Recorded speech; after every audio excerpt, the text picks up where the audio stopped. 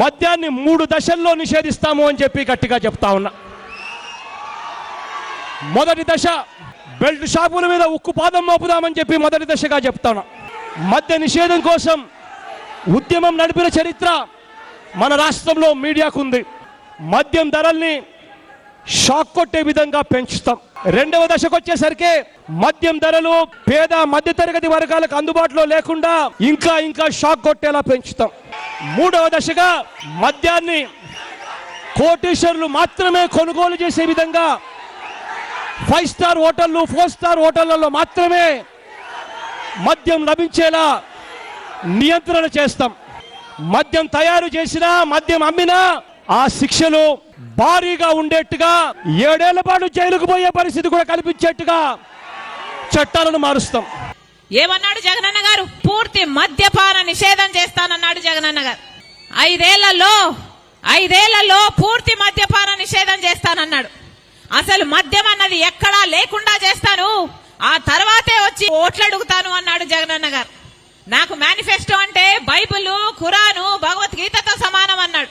ఆ మేనిఫెస్టోలో నేను పెట్టాను మద్యపాన నిషేధం చేస్తాను అన్న జగనన్న గారు. మరి ఇప్పుడు ఏమైంది అన్నా, ఎలా ఉంది ఇప్పుడు పరిస్థితి అని మొన్న 4 రోజుల కింద నేను ఒక అన్నని అడిగితే, ఏమి మద్యపాన నిషేధం అమ్మా, ఇప్పుడు సర్కారే మద్యం అమ్ముతుంది, అది కూడా సర్కారు ఏది అమ్ముతే అదే కొనాలి అన్నాడు. అదేంటన్నా అంటే, ఇప్పుడు కొనాల్సింది వేరే బ్రాండ్లు ఏం దొరకవమ్మా, ఏదో బూమ్ అంట, స్పెషల్ స్టేటస్ అట, ఇవే దొరుకుతాయి తల్లి అన్నాడు. ఈరోజు ప్రత్యేక హోదా తేవడం కథ ఏమో గాని స్పెషల్ స్టేటస్ అని మందుబాటలైతే వచ్చింది. జగనన్న గారి పుణ్యం.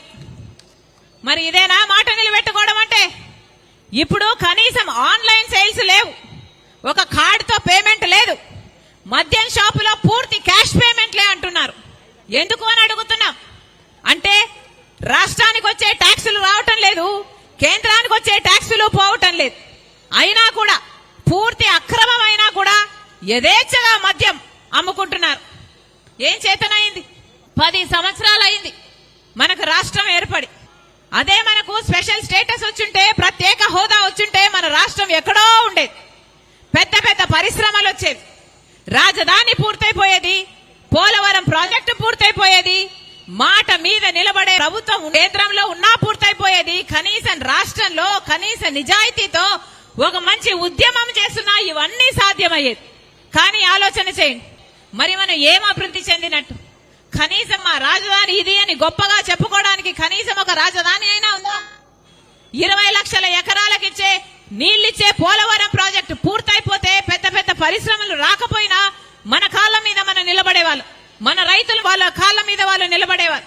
పోనీ అదైనా అయిందంటే అది కాలేదు. పెద్ద పరిశ్రమలు వస్తే మన బిడ్డలకు ఉద్యోగాలు వస్తాయి కదా అంటే జగనన్న గారు ఒక్క నిజమైన ఉద్యమమైనా చేశారా?